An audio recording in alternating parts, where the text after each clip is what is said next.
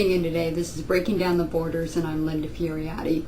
Joining me today is Zane Stein, a world-leading astrological expert on Chiron. Zane, welcome. Thanks for being with me today. How are you? I'm fine. Thanks for having me. Great. Well, I know you're speaking at the Breaking Down the Borders conference in November of this year, and you will be talking about Chiron. And your fascination with Chiron began back in the when it was first discovered in around 1977. How has your research influenced the astrological and astronomical communities? Well, the astronomical, I've gotten some astronomers to look at astrology and work with astrologers, which is something that hasn't happened in thousands of years. And astrological, well, I was a very zealous researcher, and I basically, just like somebody who's quit smoking, he wants everybody to quit smoking. When I found Chiron, I pushed everybody to look into Chiron. You'll find Chiron basically all over in just about every bit of software that does astrology, in almost all astrological textbooks and ephemeris. And I don't think Chiron would be used very much, if at all, if it hadn't been for the initial work. And then how would you define Chiron as an astrological body?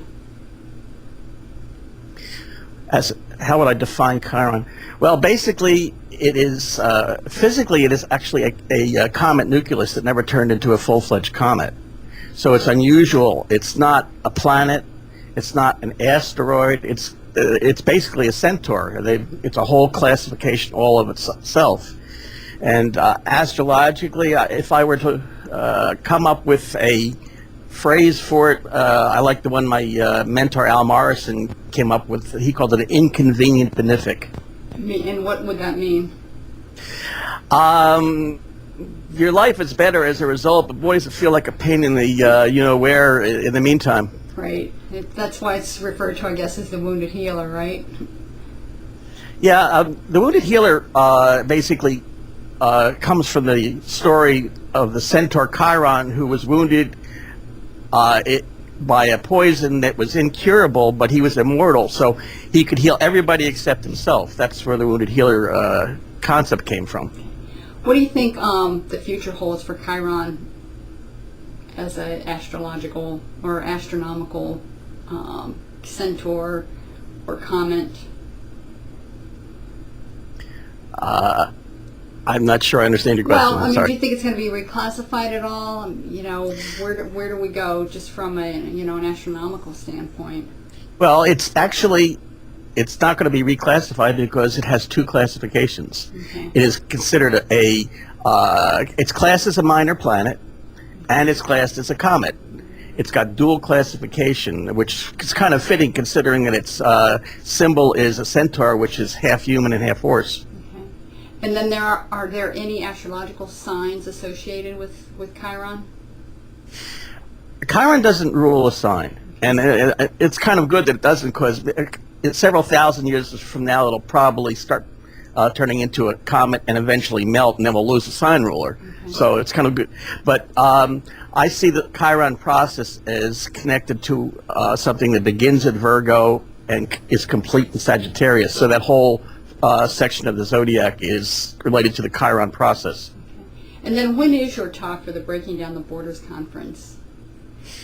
It's on November 19th, which is a Friday, at 6 p.m. Eastern Standard Time. And if people want to learn more about your talk, is there a conference website or anything? Yeah, it's astrologyconference.org. Great. And then how can they learn more about Zane Stein and all of your work with Chiron? Well, I have a website which is it's very easy to remember. It's zanestein.com/chiron.htm. So it's who I am and what I'm about. Great. Now we're just about out of time. Is there anything else that you'd like to comment on regarding Chiron and your talk with the Breaking Down the Borders conference? Only that Chiron has just recently decided to enter Pisces, and it's been about 50 years since it did it before. And if you look at your calendar, you'll see that was the beginning of the 60s. If you look at the news and what's going on around you, you're going to find a lot of parallels between the 60s and what's happening in the world today. Sounds like we're going to do a lot of partying in a good way or bad way, right? Yeah, two fish swimming in opposite direction. Exactly. Well, Zane, I appreciate your time today. I'm Linda Furiotti. See you around the globe.